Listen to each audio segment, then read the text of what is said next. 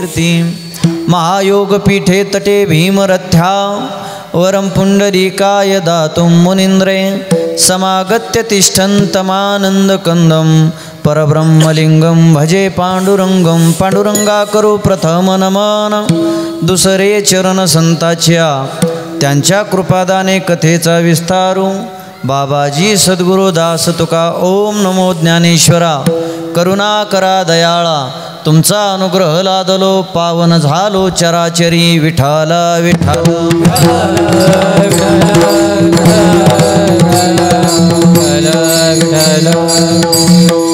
Apulia हिता जो असे जागता धन्य माता पिता तयाचिया कुळी कन्या पुत्र होती जे सात्विक तयाचा हरिक वाटे देवा। प्रस्तुत प्राप्तस्थळी प्राप्त प्रसंगी कीर्तन निरूपणासाठी घेतलेला निवडलेला अभंग देवमान्य देशमान्य शास्त्रमान्य आणि जगमान्य असे असणारे श्रीमंत श्री संत जगद्गुरु तुकोबाराय यांनी तुमच्या आमच्या हिताचा मार्ग दाखवणारा अभंग आपल्या सेवेकरता घेतला आहे। विठाला विठाला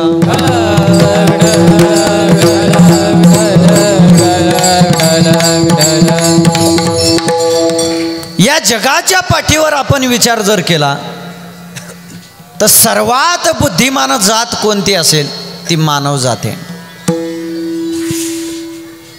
सगळ्याचे मोबाईल एकदा 1 मिनिट वेळ देतो मी तुम्हाला, सायलेंट करून ठेवा सगळ्याचे मोबाईल सायलेंट। आपल्याला 1 तास सेवा करायची, 1 तासात कोणाचाच मोबाईल बाहेर निघला पाहिजे नाही। बरं मला माहिती आहे जरी फोन आले तर कोणाचे फोन येणार आहे तर यांना बायकोचा येईन आणि यांना मालकाचा येईन, याच्या व्यतिरिक्त आणि आला तर तिसरा कंपनीचा येईन, याच्यापेक्षा कोणाचे फोन येत नाहीत आहे का नाही। त्याच्यामुळं भजनी विक्षेप ते पै मरणा लक्षात ठेवा। भजनामध्ये विक्षेप आला ते मरणासमान दुःख असतं, म्हणून भजनामध्ये विक्षेप आला नाही पाहिजे। मोबाईल सायलेंट करून ठेवा। विठ्ठल विठ्ठल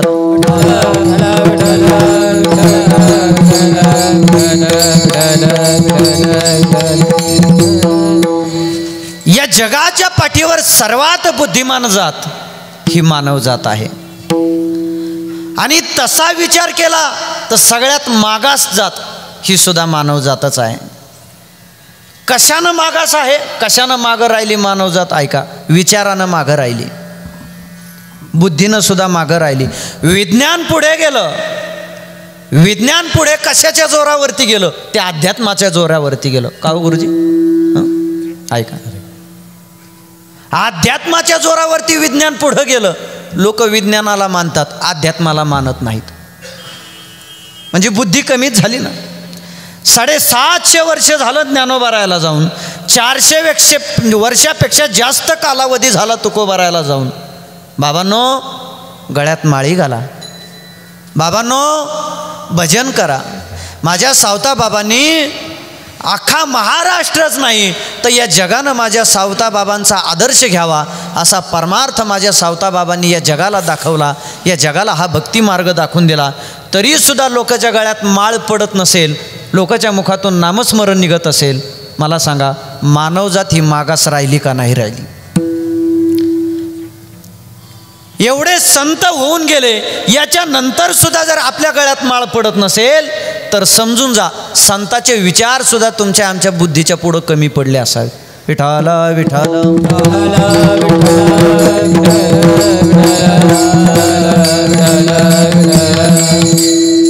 माझ्या कीर्तनाला चिंतनाला प्रारंभ करण्या अगोदर वारकरी संप्रदायाच्या नियमाप्रमाणे थोडासा परिहार देणं हे अगत्याचं असतं आणि तो द्यावा लागतो, कारण लोकांना किमनिमित्त कार्यक्रम आहे हे समजणं गरजेचं आहे।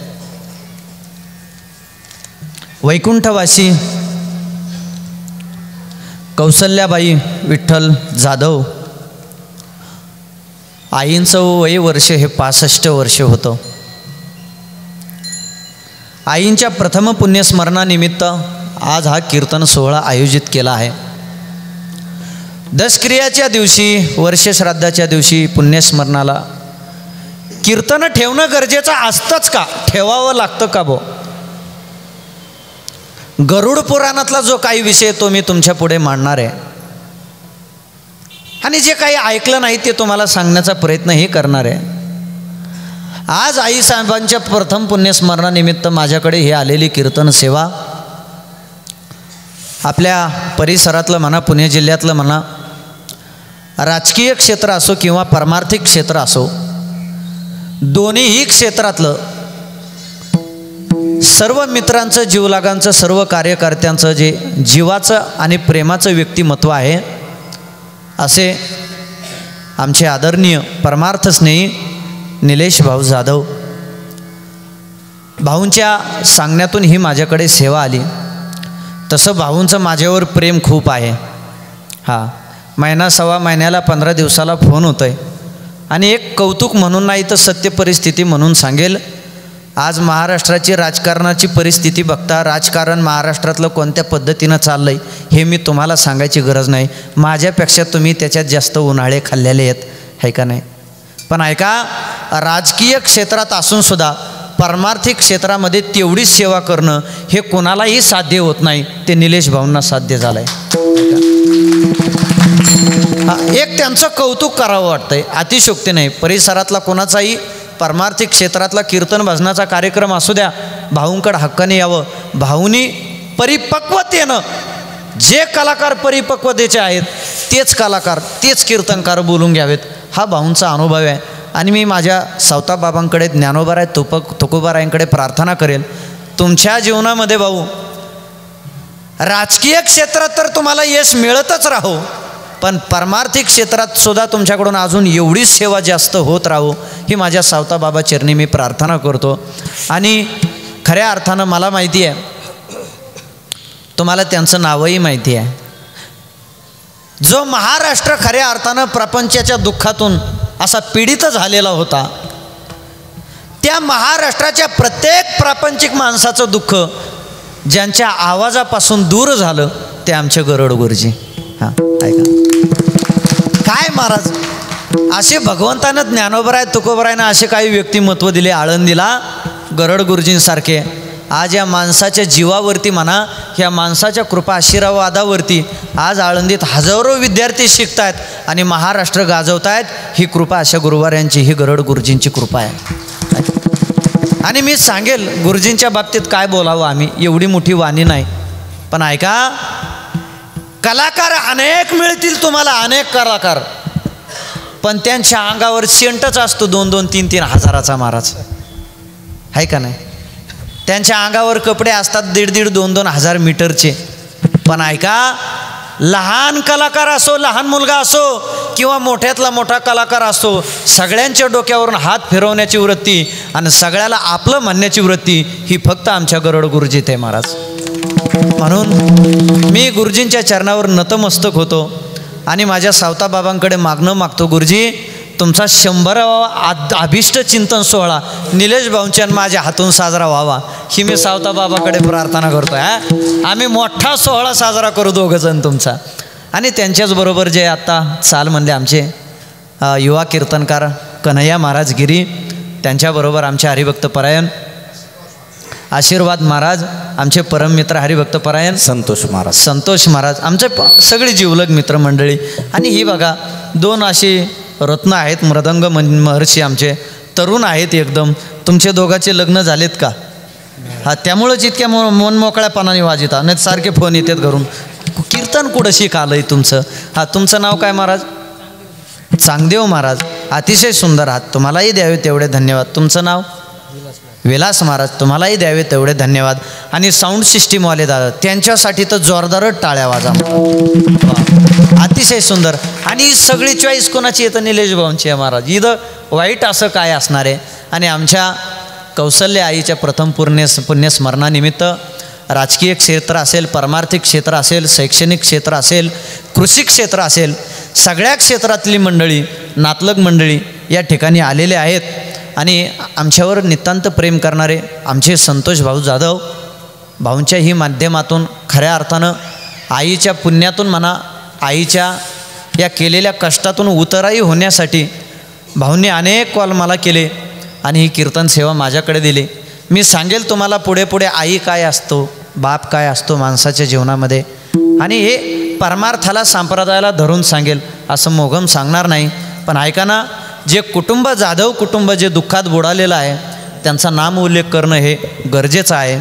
आणि खऱ्या अर्थानं विठ्ठल बबन भाऊ जाधव हे आमच्या कौशल्य आईसाहेबाचे पती आहेत. भाऊ कुठे बसलेत? आहेत का इथं? तुम्ही आहेत ना भाऊ? वा वा, तुमच्या चरणावर मी नतमस्तक होतो. त्याचं कारण सांगेल मी. जीवनामधली पत्नी गेल्याच्या नंतर पुरुषाचं आयुष्य हे शून्य असतं. आई गेल्याच्या नंतर जेवढा वनवास होतो तोच वनवास माणसाचा पत्नी गेल्याच्या नंतर होतो. मी पुढे चालून सांगेल मी हे दुःख भोगतोय. 1.5 महिना झालं भाऊ. 1.5 महिन्यापूर्वी माझेसुद्धा वडील गेले. 1.5 महिन्यापासून माझ्या आईची व्यवस्था काय आहे ना हे मला माहिती आहे. मी डोळ्यानं पाहतोय. त्यामुळं आयुष्यातला एक साथीदार सोडून गेल्याच्या नंतर, मोठा पर्वत अंगावर पडल्याच्या नंतर सुद्धा जे दुःख होत नाही ते दुःख आयुष्याचा साथीदार सोडून गेल्याच्या नंतर होत असतं. आणि ते दुःख आज विठ्ठल भाऊ भोगतायत आपल्यासमोर. मला माहिती आहे माझ्या 2 शब्दात सगळ्याचे डोळे भरून आलेत आणि मला कीर्तन त्या पद्धतीचं करायचं आहे. म्हणून आमचे विठ्ठल भाऊ यांना लवकर दुःखातून मुक्त करून खऱ्या अर्थानं परमार्थ करण्याची सद्बुद्धी माझ्या सावता बाबांना द्यावी ही बाबांच्या चरणी मी प्रार्थना करतो.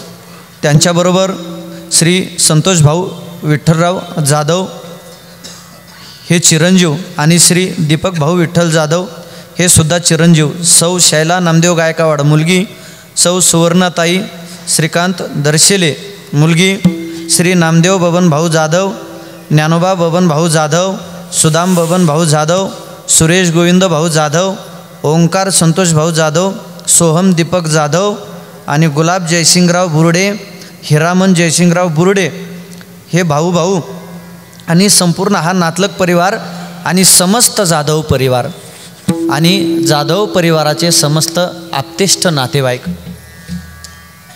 आपल्या सर्वांची आई गेली म्हणायला हरकत नाही.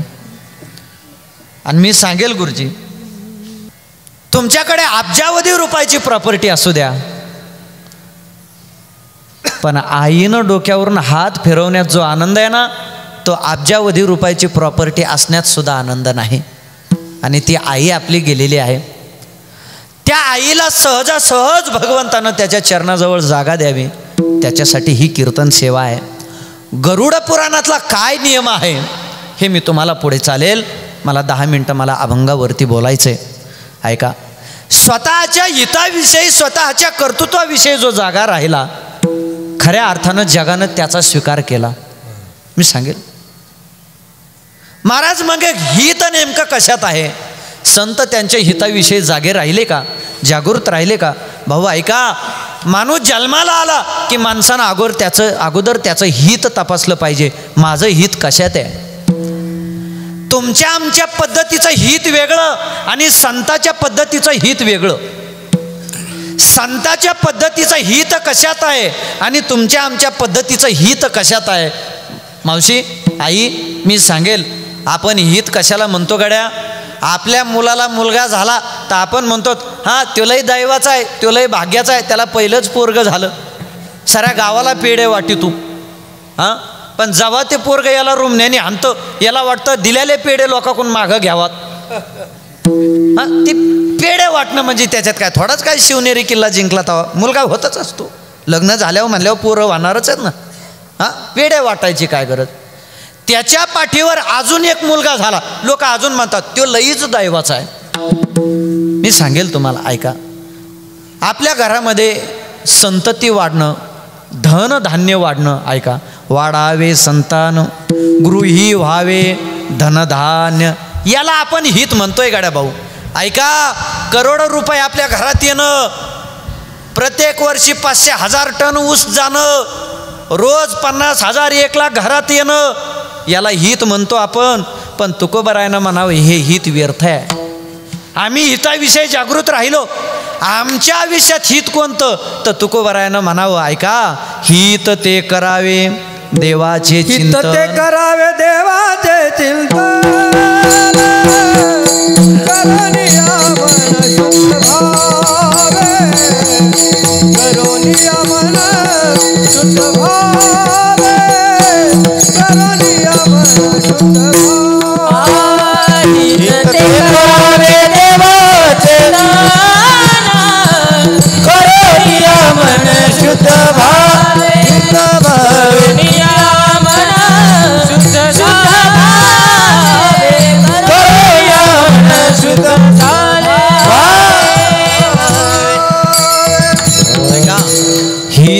करावे देवाचे चिंतन.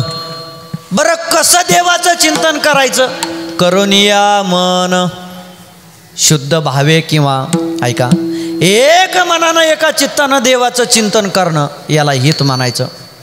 महाराज देवाच्या चिंतनाचा आणि हिताचा अर्थार्थी काय संबंध?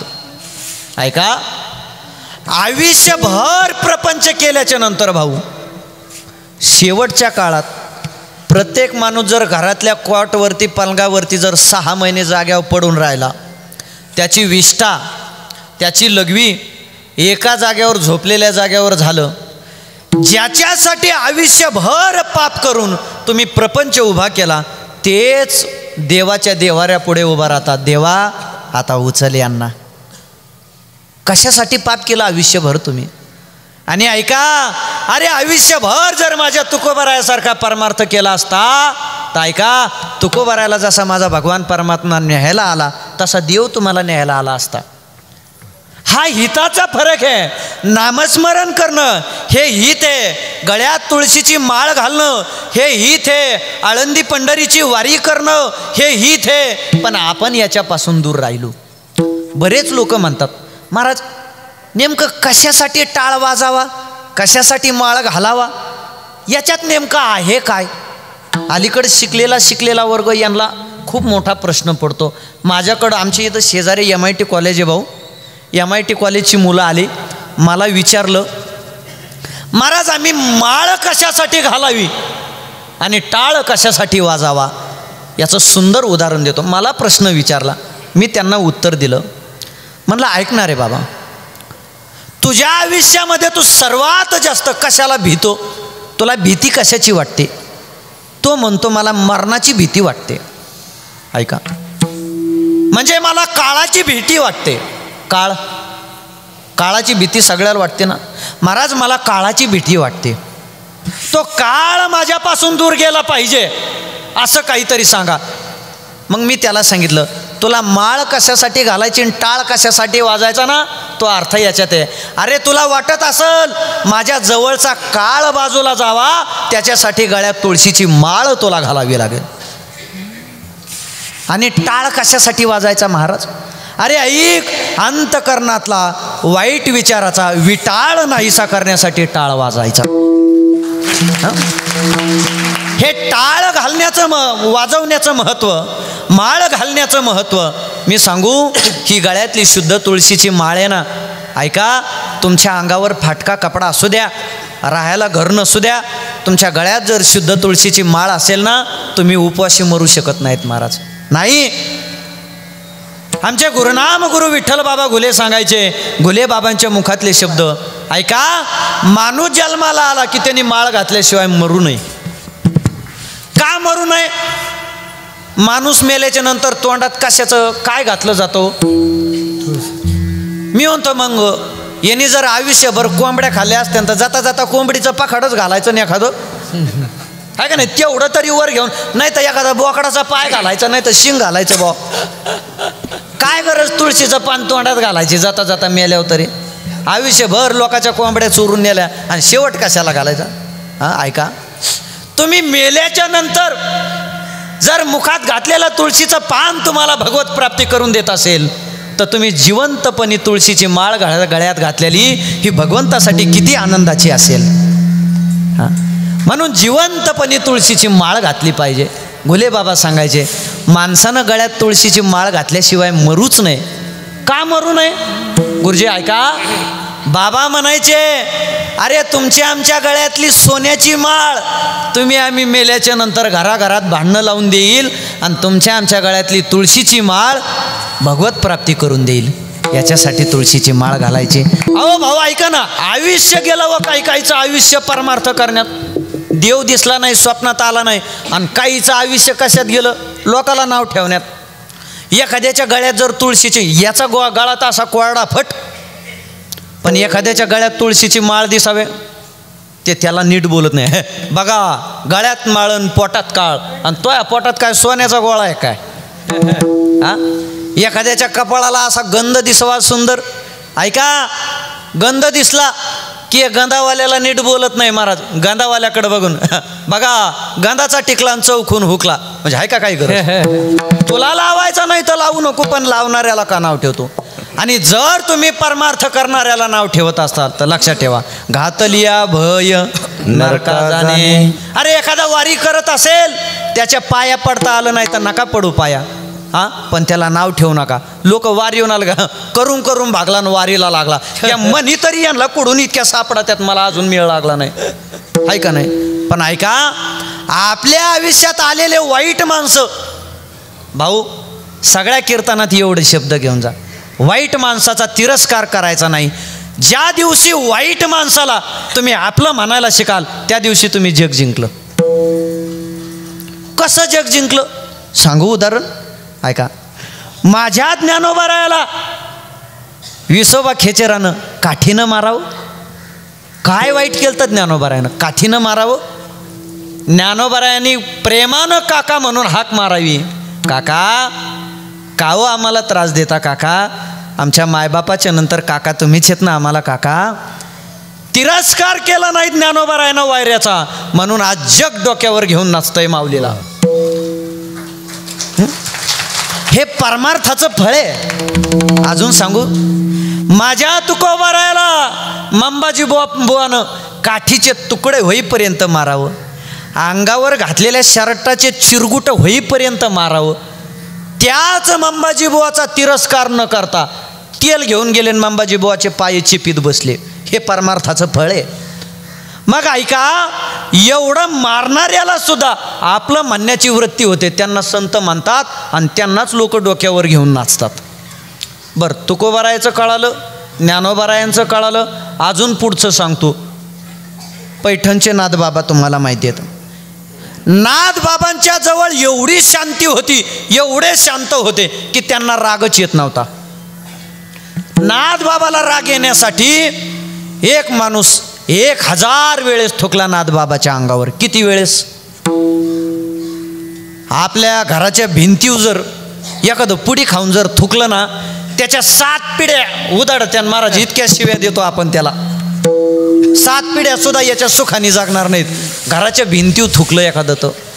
ऐका, माझ्या नाथबाबाच्या अंगावर 1000 वेळेस येऊन थुंकला गुरुजी. पण ऐका, त्याचा तिरस्कार केला नाही. त्या यवनाला प्रसाद देऊ, प्रसाद देवोनी मुक्त केला, प्रसाद देवोनी मुक्त केला, प्रसाद देवोनी मुक्त केला, प्रसाद देवोनी मुक्त केला. देवनांगावरी प्रसाद देवोनी मुक्त केला, प्रसाद देवोनी मुक्त केला, प्रसाद देवोनी मुक्त केला. मला सांगा मामा, आपल्या अंगावर एखादा माणूस येऊन थुंकला, बोला आपल्याला राग येईन का नाही? तो येऊन म्हणायचा, कावो नाथ बाबा, तुम्हाला राग येण्यासाठी 1000 वेळेस मी थुंकलो, असं कुठं असतं का? तुम्ही थोडा तरी राग आणान राव, माझा अपमान होतोय म्हणले. नाथ बाबाने त्याला प्रसाद देऊन मुक्त केलं. बाळा, तू 1000 वेळेस थुंकलास ना, तू थुंकल्यामुळे 1000 वेळेस मला गोदावरीचं स्नान झालं. वैराला ज्या दिवशी तुम्ही आपले म्हणला ना, त्या दिवशी खऱ्या अर्थानं तुम्ही जग जिंकलं. आणि मी सांगेल सुद्धा, ऐका, ज्ञानोबारायाला हा त्रास समाजाकडून झाला, तरी सुद्धा ज्ञानोबाराया या समाजासाठी कसं जीवन जगले मी सांगेल गड्या. आणि मी सांगेल तुम्हाला, जे रंजलेल्या माणसाला, जे गांजलेल्या माणसाला आपलं म्हणतात त्यांना संत म्हणायचं. हां, मृदू सभाय नवनीत, मृदू सभाय नवनीत, ऐसे सज्जनाचे चित्त, ऐसे सज्जनाचे चित्त, यासे अपंकिता नाही, त्यासे धरी डो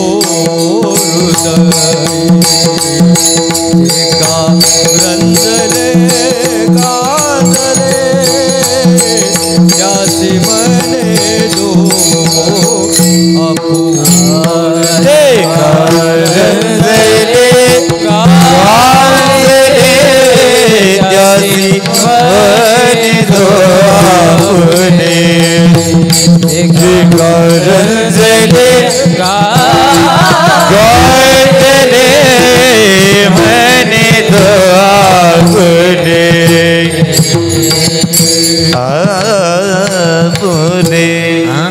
अहो संत कोणाला म्हणावं ऐका ना. जे का रंजले गांजले त्यासी म्हणे जो आपुले तोची साधू ओळखावा देव तेथेची जाणावा. त्यांना संत म्हणायचो. अलीकडं 50-50 हजार घेणारे कीर्तनकार आहेत ना महाराज, आमच्या लहान लहान लेकरायला कधी नवाजलं नाही हो त्यांनी. एखादा कमी तयारीचा वादक असेल, एखादा कमी तयारीचा गायक असेल, आमचे 50-50 हजार घेणारे कीर्तनकार त्यांना बोलत सुद्धा नाहीत हो. काय यांना संत म्हणावं आणि काय जगानं यांचा आदर्श घ्यावा महाराज. एखादा महात्मा जर म्हणला महाराज आमच्याकडे पैसे कमी आहेत, महाराज तारीख देत नाही तो, काय यांचा जगानं आदर्श घ्यावा.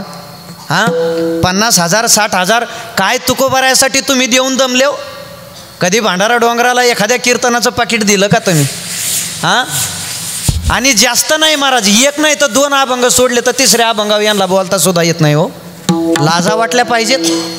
50 आणि 60,000 रुपये तुम्ही कीर्तनाचे घेता. असावं गाडी मोठी असेल, प्रवास लांबचा असेल, पण ऐका एवढे पैसे कीर्तनाच्या मागितल्यामुळे एक सत्य परिस्थिती सांगतो, लोकांचा संप्रदायावरचा विश्वासच उडाला महाराज आणि ती श्रद्धा कमी झाली. मी सांगेल तुम्हाला, तुम्ही करा पण ते भगवंताला मान्य असेल अशा काही गोष्टी करा महाराज. मला तर काय वाटतं भाऊमा ऐका ना, माझ्या जगद्गुरु तुकोबारायांनी तुमचा आमचा प्रपंच सुखाचा व्हावा म्हणून स्वतःच्या प्रपंचाची राख रांगोळी केली हो. बायको मेली देवाकडे तक्रार नाही केली, मुलगा मेला देवाकडे तक्रार नाही केली. ऐका सगळा प्रपंच लयाला गेला, शेवटच्या काळात पोतच सुद्धा माझ्या तुकोबाराला बसायला राहिलं नाही. त्या तुकोबाराच्या अभंगाच्या जोरावर जर आपण एवढे मोठे होत असतो, मला काय वाटतंय भंडारा डोंगरावरती माझ्या तुकोबाराचं मंदिर चालू आहे. महाराष्ट्रातल्या प्रत्येक कीर्तनकारानं एका कीर्तनाचं जरी मानधन भंडारा डोंगरावर नेऊन दिलं तर महाराज 6 महिन्यात मंदिर उभं राहील. 6 महिन्यात. आणि मी सांगेल महाराष्ट्रभर मला सांगायचंय, जो कीर्तनकार भंडारा डोंगरावरती त्याच्या कीर्तनाचं मानधन देईल त्याच कीर्तनकाराची तारीख घ्यायची, नाही तर दारात सुद्धा उभे राहून द्यायचे नाही. हां विठाला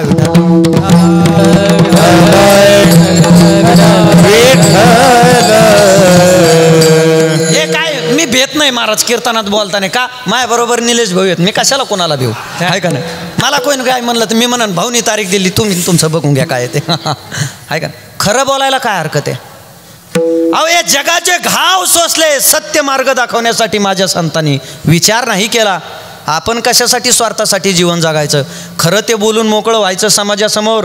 जे प्रारब्धात असेल भगवंत दे देणार आहे. विठाला विठाला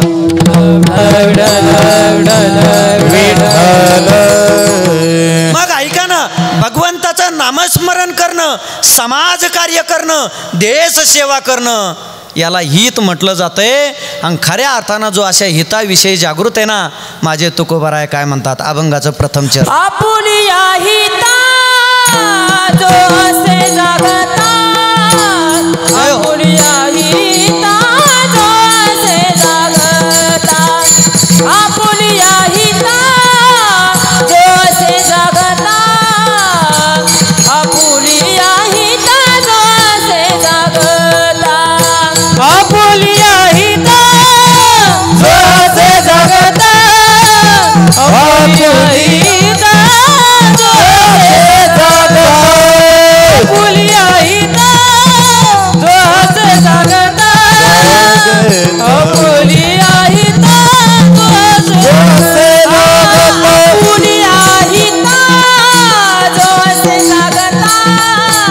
आपुलिया हिता जो असे जागता धन्य माता पिता दयाचिया धन्य माता पिता दयाचिया माता पिता दयाचिया धन्य माता पिता दयाचिया कन्या पुत्र हो तुझे सात्विक कुळी कन्या पुत्र होती जे सात्विक होती जे सात्विक कुळी कन्या पुत्र होती जे सात्विक होती जे सात्विक. अरे जो समाजाच्या हिताचं जीवन जगत असेल, जो रामकृष्ण हरिभजन करत असेल, आपुलिया हिता जो असे जागता धन्य माता पिता तयाचिया. पहिल्यांदा धन्यता कुणाला दिली माता माऊल्यांनो? धन्य माता पिता. अगोदर मातेला धन्यता दिली आणि नंतर पित्याला धन्यता दिली. मग ऐका ना महाराज, मातेलाच अगोदर धन्यता का दिली? त्याचं एक कारण सांगू भाऊ. तुमच्या शरीरामध्ये ज्वारीच्या दाण्या एवढा सुद्धा फोड सपादत नाही बरं का. एखादी पुडी म्हणतात ना फुटकळी, पण ती माय 9 महिने 2 ते 2.5 किलोचा पोटात गोळा साठवून ठेवते. हे दुःख तुकोबारायला कळालं, म्हणून पहिली धन्यता मातेला दिली. ऐका, मातेला पहिली धन्यता दिली. दुसऱ्या चरणात आहे पहा, कुळी कन्या पुत्र होती जे सात्विक. दुसऱ्या चरणात सुद्धा पहिल्यांदा धन्यता दिली ती कन्येला धन्यता दिली आणि नंतर पुत्राला धन्यता दिली. का कन्येला धन्यता दिली? अरे ऐका, बरेच लोक मुलगा झालं का पेढे वाटतात आणि मुलगी झाल्यावर पेढे वाटत नाहीत. पण एक सांगू, ज्याच्या पोटी मुलगी आहे ना त्याच्यासारखा भाग्यवान माणूस जगाच्या पाठीवर नाही. आणि ज्याला जास्त मुली आहेत ना त्याच्यासारखा भाग्यवान तो कुणीच नाही. आलं लक्षात? पोटी मुलगी असावी. का असावी? पोरग तुम्हाला मेल्यावर पाणी पाहिजे, पण मुलगी तुम्हाला ही जिवंतपणे पाणी पाहिजे. त्याच्यासाठी मुलगी ही पोटी असावी. महाराज ऐका, बापाला ठेच लागली की या जगामध्ये सर्वात त्या बापाच्या वेदनाच्या खऱ्या अर्थानं वेदना जाणून अगोदर डोळ्यात कोणाच्या पाणी येतं ते मुलीच्या पाणी येतं महाराज. म्हणून पहिली धन्यता मातेला आणि दुसऱ्यांदा ही पहिली धन्यता ही कन्येला दिली. ऐका, आपण असा परमार्थ करायचा की मायबापात देव दिसले पाहिजे. नाही देवळात येणं झालं तर जाऊ द्या तिकडं. आयुष्यभर आपण पाप करायचं महाराज, नामस्मरण नाही करायचं. ह्या गोष्टी चालू असतात. पण ऐका, परमार्थ कधी विसरायचा नाही, संस्कृती कधी विसरायची नाही. बाबा मी भाऊ तुम्हाला खरं सांगतो, मला खोटं बोलायला जमत नाही. आमच्या परिसरातला एक माणूस जवळजवळ 100 एकर ऊस त्याचा आणि 40 गुंठ्यात वाडा होता त्याचा. 40 गुंठ्यात. मग तो केवढा माणूस असन, पण आयुष्यभर त्यांनी परमार्थ केला नाही. लोकांच्या बोकडं चोरूननी, कोणाच्या कोंबड्या चोरूननी. हा अहो, एक दिवस तर दारू पिऊन आला घरी आणि बायकोला म्हणला, ए मंगल, ईद आली नाही ती काढली सांगतो. रातच्या 12 वाजता आला. आणि तुम्हाला शेळ्या माहीत ना, शेळ्या खेड्यागावात असतात. ते म्हणला, हे बोकुड मला पार्टीसाठी दी. ती म्हणली, हां माझ्या बापाने दिलं आणि तुम्हाला बोकुड पार्टीसाठी देईन काय मी? ऐका, ते म्हणला, बघ बरं का, एक दिवस घेऊन जाईन आणि पार्टी करीन याची. काय सांगा भाऊ, एक दिवस दारू पिऊन आलं गुरुजी, ते रातच काहीतरी काळं पाठीव टाकलं घेऊन गेलं. 40 गुंठ्याचा वाडा घेऊन गेलं. सकाळी दारू उतरल्यावर घरी आलं, पाहतोय तर बोकुड वाट्यावरच त्याला जी आरी घालीत होतं. किंवा म्हणलं, मी तर रातभर खाल्लं याला आणि ह्यो इथं कसं काय उभा? मग म्हणला, मंगल पळती, म्हणला लवकर बाहेर ये. हे म्हणली, झालं काय? हे बोकुड इथं कसं काय?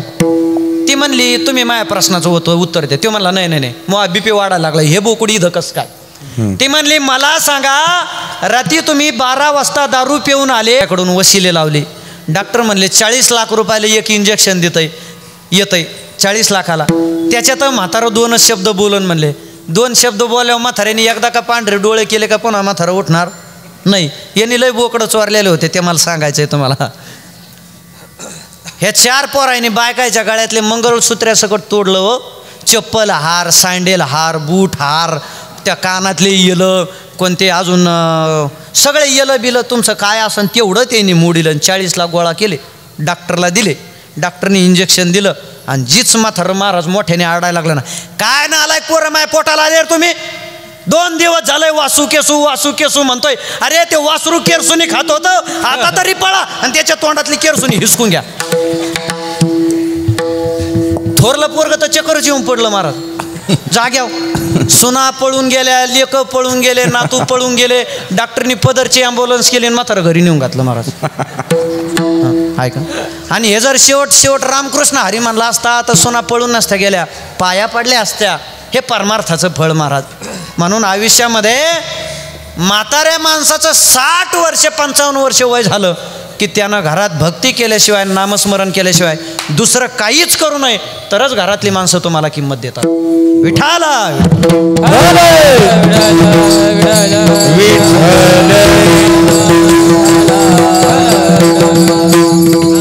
मग महाराज ही तरी कशात आहे अजून आम्हाला सांगा. हे गणेश महाराजाचे शब्द नाहीत. गीता भागवत करीती श्रवण, अखंड चिंतन विठोबाचे, हे शब्द सांगतोय. अखंड नामस्मरण करणं आणि भगवंताचं चिंतन करणं याला हित म्हणायचं भाऊ. सारावा चिंतने एकांतवासी गंगास्थाने, देवाच्या पूजने प्रदर्शना तुळशीच्या. सारावा चिंतने एकांतवासी गंगास्थाने, देवाच्या पूजने प्रदर्शना तुळशीच्या. काळ सारावा चिंतने. ऐका, चिंतनानं काळ सुद्धा तुम्हाला भेटतो. मी सांगेल झालं माझे 10 मिनटं आईसाठी द्यायचेत. मला जेवढं बोलायचं तेवढं बोललो मी भाऊ संप्रदायावरती माझ्या बुद्धीप्रमाणे. बरं ऐका, नाही देवळात जाता आलं तर जाऊ नका रे, नाही वारी करता आली तर नका करू वारी. पण सांगू भाऊ, ज्याला घरातल्या आईतला आणि बापातला देव दिसला ना, त्याला देवळातल्या देवाकडे जायची गरज नाही. देवळातला देव होऊन त्याच्याकडे येतोय. फक्त मायबापातला देव दिसला पाहिजे. माझ्या पुंडलिकानं मी सांगेल, आज माझी कौशल्या माय गेली 1 वर्ष झालं. हे घर लाखो रुपयानं पैसा कमील भाऊ, मला माहिती. हे घर उंचीचं शिखर गाठेल, पण त्या माझ्या कौशल्या माईच्या डोक्यावरून हात फिरवण्यात जो आनंद होता ना, ते प्रेम होतं ना, ते प्रेम पुन्हा नाही वापस येऊ शकत. ऐका, अरे माझ्या पुंडलिकानं मायबापाची सेवा केली. मायबापाची सेवा एवढी अतूटतेनं केली. या विश्वाचा मायबाप आला, पुंडलिकाला आवाज दिला, पुंडलिका अरे मी आलोय तुला भेटायला. पुंडलिकानं जवळ असणारी वीट अशी मागं भिरकवली. देवा, जोपर्यंत माझ्या आईची आणि बापाची सेवा माझ्या हातून पूर्ण होत नाही तोपर्यंत त्या विटेवर उभा राहा. 28 युग झाली अजून देव त्या विटेवर उभा आहे. अरे देवाची सेवा करून तुम्हाला मायबाप मिळवता येत नाहीत, पण मायबापाची सेवा करून 28 युग देव विटेवर उभा करण्याची ताकद हे मायबापाच्या सेवेत आहे. म्हणून मी सांगू तुम्हाला, ज्या दिवशी आई गेली ना, त्या दिवशी मुलाच्या आणि मुलीच्या जीवनातला सुखाचा सागर आटला. भाऊ ऐका, मला सगळ्याला माझाही प्रसंग सांगायचा आहे, तुम्हाला कळालं पाहिजे. आज गणेश महाराज इथं उभा आहेत, पण केवढ्या दुःखामध्ये. 1.5 महिना झालं मी माझ्यासुद्धा बापाच्या सावलीतून बाजूला झालो. मी सांगेल भाऊ तुम्हाला, अनुभव सांगतो. आयुष्यातला बाप गेल्याच्या नंतर आणि आयुष्यातली माय गेल्याच्या नंतरच तुम्हाला कळतं या जगात आपलं कोण आहे. अरे जेव्हा तुम्हाला ठेच लागेल ना, त्या दिवशी या जगामध्ये सर्वात अगोदर डोळ्यातून पाणी आणणारी तुमची माय असते आणि त्याच्यानंतर तुमचा बाप असतो. भाऊ 1.5 महिना झालं माझे वडील गेले. मी सांगेल तुम्हाला, महाराष्ट्र पाया पडतो. निलेश भाऊ पाहतायत माझे टेटस. महाराष्ट्रच नाही, आजूबाजूचे 2 राज्य पुरत नाहीत मला कीर्तन करायला. रोज 25-30 हजार पायावर येऊन पडतात. पण सांगू, माझं कौतुक बघायला आज माझा बाप माझ्या आयुष्यात नाही. मला माझं मोठेपण सुद्धा शून्य वाटतंय. तेव्हा मला एक शब्द आठवतो. ऐका, स्वामी तिन्ही जगाचा, माय बापा विना भिकारी, माय बापा विना भिकारी. 85 वर्ष वय होतं माझ्या बापाचं. तुमच्या माहितीसाठी सांगतो, आम्ही कीर्तन का करू शकलो. माऊलींच्या सोहळ्यामध्ये फक्त पोट दुखायचं निमित्त झालं. आई पोटात पीळ पडला भाऊ. आळंदीत हॉस्पिटलमध्ये त्यांना ॲडमिट केलं आणि वय जास्त असल्यामुळे ते पोटाचं ऑपरेशन केलं. 20 दिवसामध्ये त्यांना मी 10 लाख रुपये खर्च केला. सर्वात VIP ट्रीटमेंट दिली. का? मला माहिती होतं माझा बाप गेला की माझ्या या जगातलं सुख गेलं, माझा हक्काचा उमरा गेला, माझा आधार गेला. म्हणून माझा बाप मला पाहिजे होता. मी काहीच पाहिलं नाही. 20 दिवस सगळे कीर्तन सोडून दिले. 10 लाख रुपये घातले, पण माझं प्रारब्ध कमी पडलं. शेवटी बाप गेले. आम्ही 30 वर्षाचा गरर गुडजी माझ्या वडिलांचा रामकृष्ण हरीचा जप मोजला. 30 वर्षाचा फक्त. त्यांचं उभं आयुष्य परमार्थात गेलं. आणि 30 वर्षाचा म्हणजे कसा? 108 मानेची एकच माळ. एक माळ फिरायला तुम्हाला 1 ते 1.5 मिनिटच लागतो. आणि 100 माळी तुमच्या लय झालं तर 2 ते 2.5 तासात होतात. आमच्या वडिलांच्या रोजच्या 100 माळी धरल्या आम्ही. एका महिन्याचा जप किती, 1 वर्षाचा किती आणि 30 वर्षाचा किती. आम्ही 30 वर्षाचा जप धरला. 30 वर्षामध्ये माझ्या वडिलांचा 13 कोटीच्या पुढं रामकृष्ण हरीचा जप भेटला. म्हणून मी आज इथं कीर्तन करतोय. ऐका, म्हणून आम्हाला वाटतं कधी जर भगवंतानं मला जर जन्म घातला ना देवा, फक्त ज्या बापाच्या पोटी जन्म घातला त्याच बापाच्या पोटी मला जन्म घालावा. का? तसा बाप मिळणं हे कोणाच्या प्रारब्धात नाही. म्हणून बापानं परमार्थ करावा. आणि चमत्कार सांगू भाऊ, 2 वेळेस 20 दिवसात माझे वडील पूर्णपणे गेलेले जिवंत झाले, उठून उभे राहिले. आळंदी हॉस्पिटल तुम्ही जर गेले, कमलेश हॉस्पिटल आहे जगताप सरांचं, ते तुम्हाला सांगतील. माझे मित्र आहेत. ते म्हणले महाराज मी आयुष्यामध्ये पहिला महात्मा पाहिला. सगळे मशीनसुद्धा बंद पडलेले माणूसपणा उठून उभा राहतोय. बरं उठून उभे राहून काय सांगितलं मला? कीर्तन बंद ठेवू नको आणि परमार्थ चालू ठेव. सांगू, आपल्या घरातला व्यक्ती गेल्याच्या नंतर आपण व्रत धरतो ना. माझ्या घरातल्या माणसांनी व्रत काय धरलं? कुणी चहाचं धरलं, कुणी जेवणाचं धरलं. माझ्या आईने आणि माझ्या पत्नीने व्रत काय धरलं? जोपर्यंत आमच्या श्वासात श्वास चालू आहे तोपर्यंत आम्ही वडिलांना भाऊ मानायचा. तोपर्यंत यांची रामकृष्ण हरीची जपाची आम्ही परंपरा बंद पडून देणार नाहीत. त्यांचा जप आजही घरात चालू आहे महाराज. हे परमार्थाचं फळ आहे. म्हणून मला सांगायचं आहे तुम्हाला, अरे कौशल्या आईसारखी माय गेली ना, पण अशी माय मिळणार नाही. अप्राप्तिश्य प्राप्तियोग अप्राप्तिश्य परिपालनम क्षमा.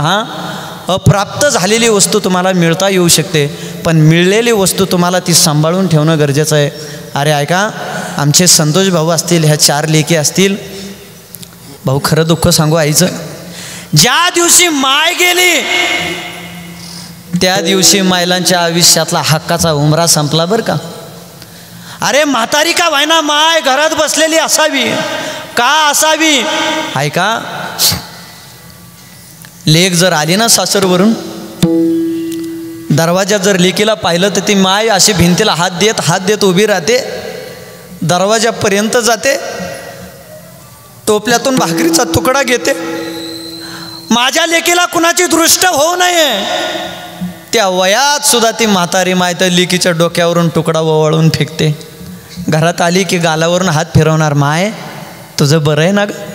मला विचारायचं या कुटुंबाला, संतोष भाऊला, या लेकींना विचारायचं. अरे जो आनंद तुमची माय असताना या माहेरात होता, तो आनंद तुम्हाला वाटतो? अरे ज्या दिवशी घराच्या आत पाऊल ठेवताल त्या दिवशी पहिला आठवत आहे, आमची माय कुठं असेल, आमची माय का सोडून गेली असेल. ऐका, आई वाचुनी पोर वेगळे, नाते तुटले पार, आईचा मावळला धार, आईचा मावळला धार. ऐका, ज्या दिवशी त्या आईचा आधार मावळतो ना, त्या दिवशी तुम्ही भिकारी आहेत, भिकारी. पैशाने करोडपती असताल, पण प्रेमाने तुम्ही भिकारी झाला म्हणून समजा. ऐका, मी म्हणत असतो, आई वाचुनी या जीवाची, दशा जीवाची तळमळते, खरी आईची माया ज्याला आई नाही त्याला कळते. अरे खरी आईची माया ज्याला आई नाही त्या देवाला कळते. म्हणून ऐका, ती माय जोपर्यंत आहे तोपर्यंत तिच्यातला देव पहा. मी सांगू का, अरे म्हातारपणी मायबापाला काही लागत नाही, काहीच नाही. ते तुमची प्रॉपर्टी मागणार नाहीत, ते तुम्हाला चांगले कपडे मागणार नाहीत, ते तुम्हाला धन संपत्ती मागणार नाहीत. कधी जर तुम्ही बाहेरून आले ना, ऐका, त्या आईच्या डोक्यावरून हात फिरवा, त्या माईचे 10 मिनटं फक्त पाय चोपा, बस तिला वाटतं मी आयुष्यभर केलेल्या कष्टाचा माझा सार झाला. ऐका, कधी जर तुम्ही बाहेरून आले ना, 500 रुपयाचे नोट काढा, 500ची, 100 रुपयाचे काजू आणा, 100चे बदाम आणा, 100 रुपयाचे पिस्ते आणा, आणि रोज सकाळी त्या माईला आणि त्या बापाला ते काजू पिस्ते बदाम खायला द्या, 4-4, 5-5. अजून 10 वर्ष तुमचे मायबाप जास्त जगल्याशिवाय राहायचे नाही, 10 वर्ष. म्हणून ऐका बरं का, आई ही मायेचा सागर आहे, तर बाप हा दुःखाचा डोंगर या घरासाठी. मी बापासाठी सुद्धा शब्द बोलत असतो. आता कौशल्या माय गेली ना, ते आई मागं येऊ शकत नाही. म्हणून या जाधव परिवाराला माझी विनंती आहे, घरामध्ये कौशल्या आईला पुन्हा वापस येण्यासाठी घरामध्ये एक नियम करा, काहीतरी परमार्थ चालू ठेवा. नामस्मरण तुमच्याच्याने होत नसेल तर एखादं यंत्र घ्या, पण घरामध्ये रामकृष्ण हरीचा जप चालू ठेवा. का चालू ठेवा? ते केलेलं कर्म हे त्यांच्या पुण्यामध्ये जमा होत असतं. आणि मला एक 5 मिनटं वेळ घ्यायचा. भाऊ, तुम्ही प्रत्येक केलेल्या कर्माची यादी चित्रगुप्ताकडे असती. तुम्ही म्हणता चित्रगुप्ताचा नामचा काय संबंध? ऐका, तुम्ही काय कर्म करताय ही यादी चित्रगुप्ताकडे. चित्रगुप्त यमधर्मारात जातंय, यमाला सांगतंय यांनी काय कर्म केलंय, काय नाही केलं. त्या पद्धतीने तुमचं पाप पुण्य बघून तुम्हाला फळ दिलं जातंय. कसं? ज्या दिवशी 13वी होईल माणसाची, त्या दिवशी आत्मा हा यम लोकाकडे निघतो. प्रत्येक महिन्याला तुम्ही खांदेकरी जेव घालता त्यांच्या नावानं. 1 महिना खांदेकरी जेवला की पुन्हा 1 महिना त्या आत्म्याला प्रवास करण्याची ताकद येते. खूप महत्त्वाचं आहे, ऐका. 1 महिना प्रवास केला, असे 12 महिने झाले गुरुजी, की बरोबर वर्ष श्राद्धाच्या दिवशी गेलेली व्यक्ती ही यम दरबारामध्ये जाते. आज कौशल्या आई ह्या यम दरबारामध्ये गेल्या. कीर्तन का ठेवायचं हे पहिलं वाक्य मी तुम्हाला सांगितलेलं. यम दरबारामध्ये गेले की चित्रगुप्त जवळ येतोय आणि सांगतोय गुरुजी यमदेवाला, डायरी काढतोय. तुम्ही म्हणताना आमचं रेकॉर्ड चित्रगुप्ताला कसं काय माहीत? आता बघा, ज्या दिवशी निलेश भाऊंनी मला फोन केला, महाराज ही तारीख लिहून घ्यावा, तेव्हाचा रेकॉर्ड जर माझ्या मोबाईलमध्ये असेल तर ज्यानं आम्हाला जन्म दिलाय त्याच्या डायरीत तुमच्या आमच्या कर्माचं रेकॉर्ड नसेल का? हां, चित्रगुप्त येतंय, यमदेवाला सांगतंय. एखादा नास्तिक माणूस जर दरबारात गेला तर पहिलंच पान काढतंय चित्रगुप्त. ओ यमदेवा बोला. यांनी चुकून सुद्धा देवाच्या मंदिरापुढं गेल्यावर अशी सुद्धा देवाकडे बघून मान केली नाही. नास्तिक माणसाचं सांगतो. दुसरी वळ गुरुजी, अहो हे चुकून सुद्धा भजनाला गेलं नाही, कीर्तनाला गेलं नाही, यमाने तर भायाचं मागं सावरीला. तिसरं पान काढलं, यांनी कधीच धार्मिक कार्यात वर्गण दिली नाही. मग यम दूताला सांगताय याच्या कर्मानुसार याला फळ द्या. आणि कौशल्या आईसारखा पुण्यवान आत्मा दरबारात गेला. अरे नावातच जर कौशल्य आहे आणि पतीच्या नावातच जर विठ्ठल आहे, याच्यापेक्षा पुण्यवान जीवन काय असावं महाराज? हां, काय जीवन असावं? नावावरून कळतं या घराचा सात्विकपणा. कौशल्या आईसारखा आत्मा गेला. पहिल्या वेळी चित्रगुप्त सांगतोय, भगवंता ए यमदेवा, होईल तेवढी भक्ती केली बरं का, होईल तेवढं नामस्मरण केलं बरं का, प्रपंच केला बरं का, पण प्रपंचात पाप केलं नाही बरं का यमदेवा. बरं बरं, आणि अजून काय?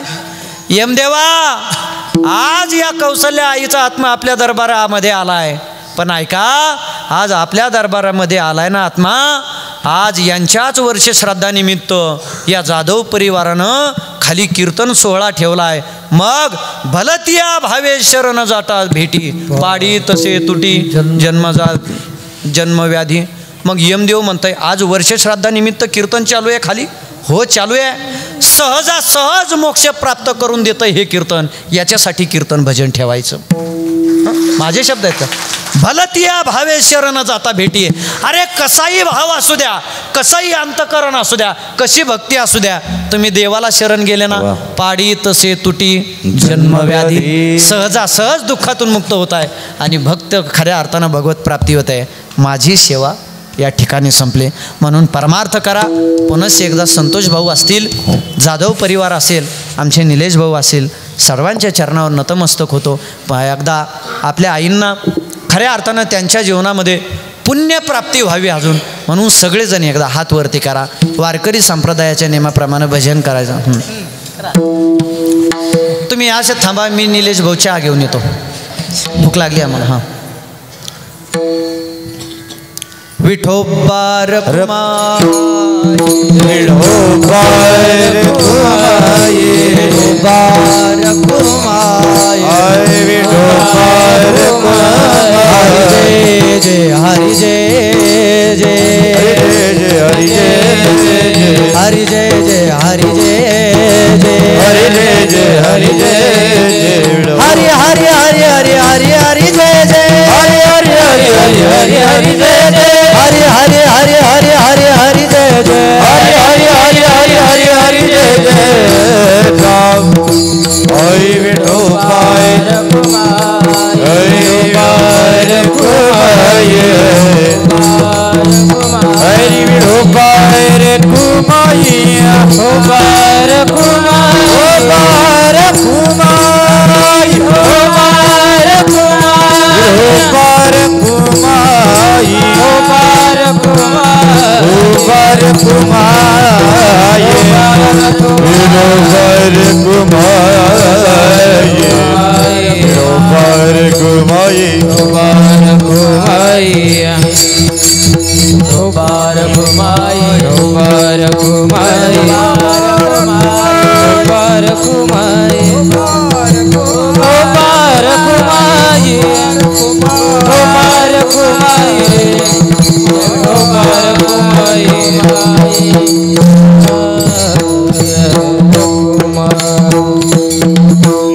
महाराज अशी सेवा करणारे हिताविषयी जे जागृत झालेले आत्मे आहेत, जागृत झालेले भक्त आहेत, जागृत झालेली व्यक्ती आहेत, त्यांना तुकोबारा काय म्हणतात, केवढी उपमा देतात अभंगाचं शेवटचं. तुका म्हणे माझा घडो त्यांची सेवा, तुका म्हणे माझा घडो त्यांची सेवा, तुका म्हणे त्यांची सेवा, घडो त्यांची सेवा, परी माझ्या दैवा पार नाही, परी माझ्या दैवा पार नाही, कुळी कन्या पुत्र होती जे सात्विक, कुळी कन्या पुत्र होती जे सात्विक, तारीख वाटे देवा, दया तारीख वाटे देवा, कुळी कन्या पुत्र होती जे सात्विक, होती जे सात्विक.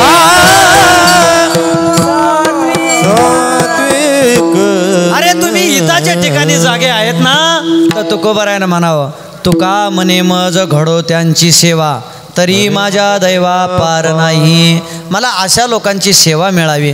आणि खऱ्या अर्थानं आज हा जाधव परिवार या हिताच्या ठिकाणी जागृत आहे. म्हणून एकदा पुनश्च निलेश भाऊ असतील, आमचे गरड गुरुजी असतील, आमचे संतोष भाऊ असतील, समस्त जाधव परिवार तो आणि जमलेली ही सगळी श्रोते मंडळी सर्वांच्या चरणावर नतमस्तक होतो आणि माझ्या सेवेला याच ठिकाणी पूर्णविराम देतो. ज्ञानेश्वर माऊली